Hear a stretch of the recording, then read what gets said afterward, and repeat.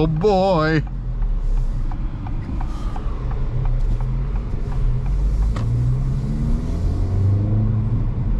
Oh, the best shifter in the business. I've driven this thing not even a mile. Holy cow. Steering is so nice. These seats are terrific. Woo! I am freaking out right now. I am freaking out. Positively freaking out. Auto rev match looks good. Blind spot, little nice noise there. We love that.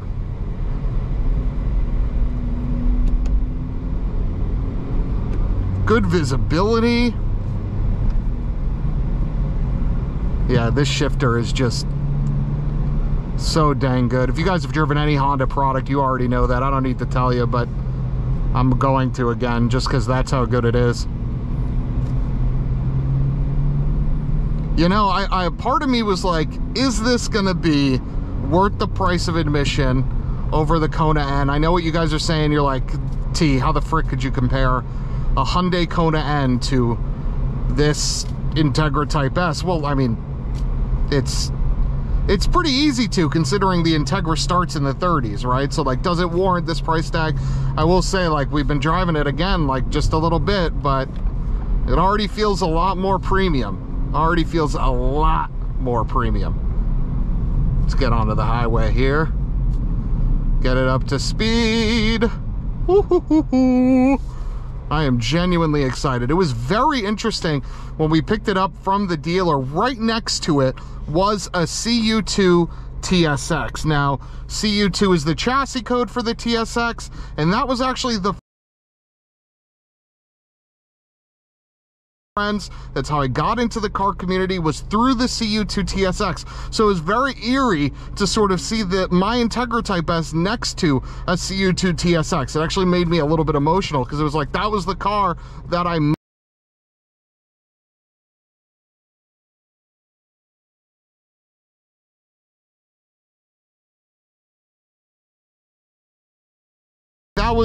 that was it. So to see it parked next to this was pretty nuts. Exhaust note, really solid for just putt-putting around town. You hear it, there's a little throatiness, but it's good. Let's get into this lane over here. We got a lady and a Charger behind us that just really doesn't want to be behind us, but that's okay. These are literally my first thoughts, guys. I didn't even take this car on a test drive.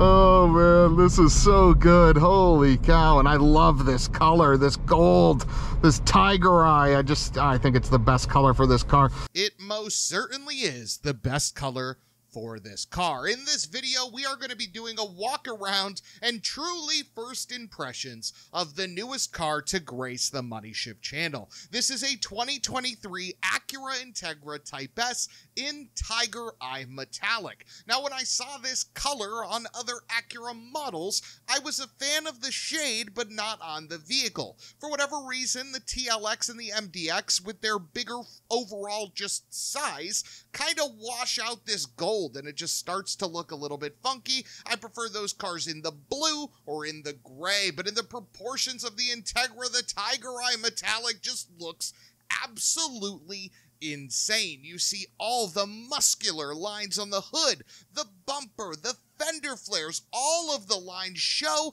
and it looks terrific. It looks so unique. It looks luxurious. It looks premium. It looks like a car that's supposed to rival the S3, the CLA 35 AMG, and not the tier of cars below. So what are we looking at? Well, we are looking at a rebodied Civic Type R, but it's not as simple as that. While they share the same engine and transmission and suspension and other parts, there are a lot of differences that make the Acura an Integra and the Honda a Civic. First of which are these fender flares. On the FL5 Civic Type R, you have a more integrated, molded, wider fender, here, but on the Integra, the aggression shows. You see these fender flares. It looks aggressive. It looks mean, and I absolutely adore it. Now, again, some of the parts are shared over with the Civic Type R, like these two-piece fluting rotors, like the suspension, like the Brembos. There's a lot to take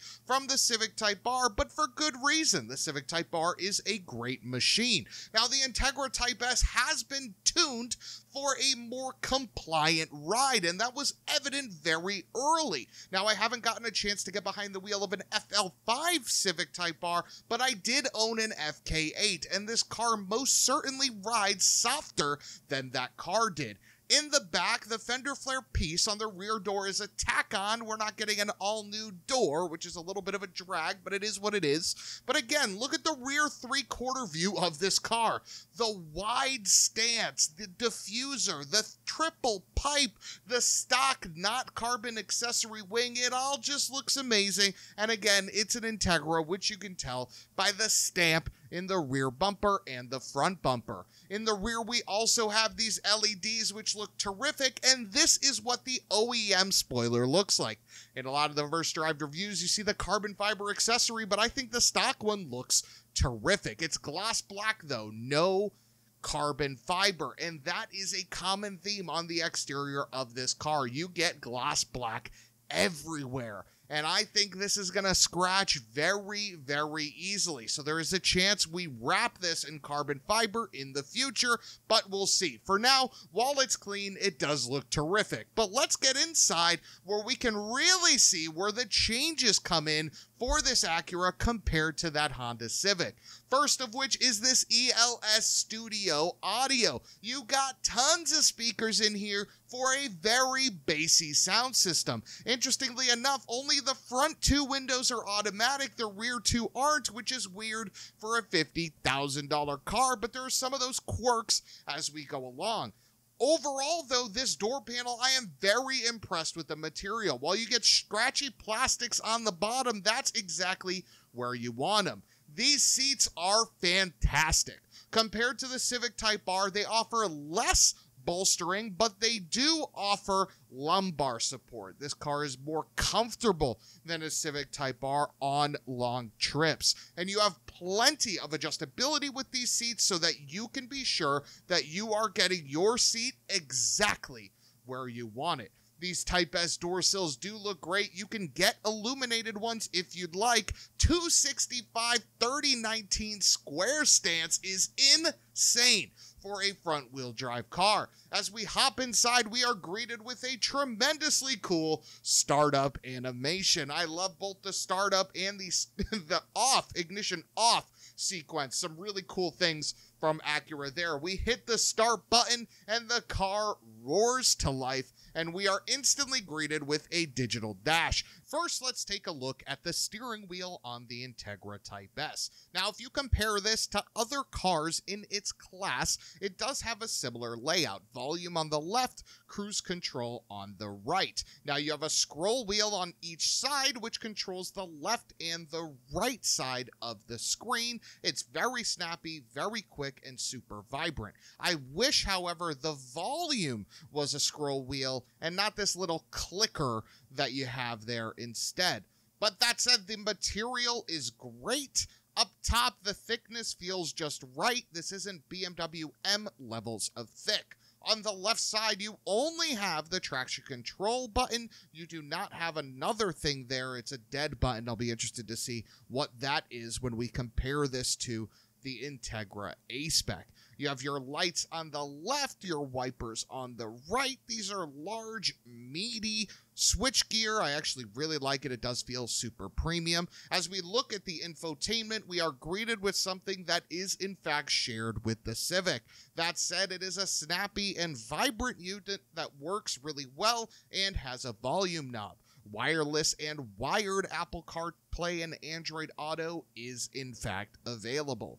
Buttons and knobs, we got them all. There is no haptic buttons here. These are all physical, which is great. That means it'll age remarkably well. USB-A, USB-C, 12-volt, and wireless charger. We got all the ways to charge your phone in this car. Now, in order to change the modes, you flick this switch here, and we have either Comfort, Sport, Sport Plus, or Individual. And as we cycle through these, really the only changes to this instrument cluster that are apparent are the rings around the speedometer and the rev counter change. In Comfort, they're blue. In Sport Plus, they're red. In Sport, they are white. And in Individual, they can be any color you want. A little bit of a drag that we don't have a focused sort of view in the instrument cluster in Sport Plus, but that's okay. Now, we know all Integra Type S's are 6-speed, and I do like that this is a leather shift knob. I don't have a garage, so I know that when I get in this car, I'm not going to instantly burn off my hand by touching that shift knob. Now, unlike the Civic, the Integra does have a little bit of, I don't know, fake carbon fiberiness that sort of break up that vent. The Civic just carries that vent all the way across. In the rear, 2 more speakers for this ELS sound system, and really good materials on this door panel. Sitting behind myself, again, I am 6 feet tall. I actually do have legroom, which is pretty impressive and not the case for a lot of vehicles in this class. But what I do not have is headroom. If I try to sit straight up, I can't do it. My head bangs off the roof, and I have to crane my neck a little bit. If I slouch, it's fine, and I can do that because I have the room, but it's a little bit of a drag that I can't just sit up straight otherwise. 1 pocket and no place to put your arm. I think that is a massive miss on the Integra Type S. I know this is a performance car, and I know you're going to be driving, you're not going to be riding passenger, but to have rear vents, to have a place to put your arm that's a little bit more comfortable, feels like something that the more premium version of the Civic Type R should have.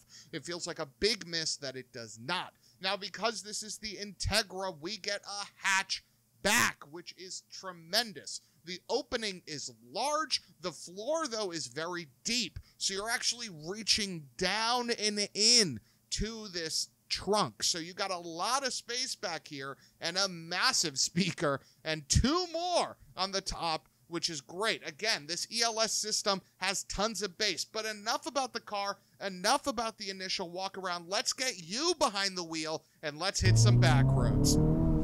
I am beyond excited to be bringing this Acura Integra Type S to you all. If there's anything you want to know about the car, let me know. We are going to be recording non-stop with this car, so don't forget to subscribe so you can stay in the know. We'll see you next time.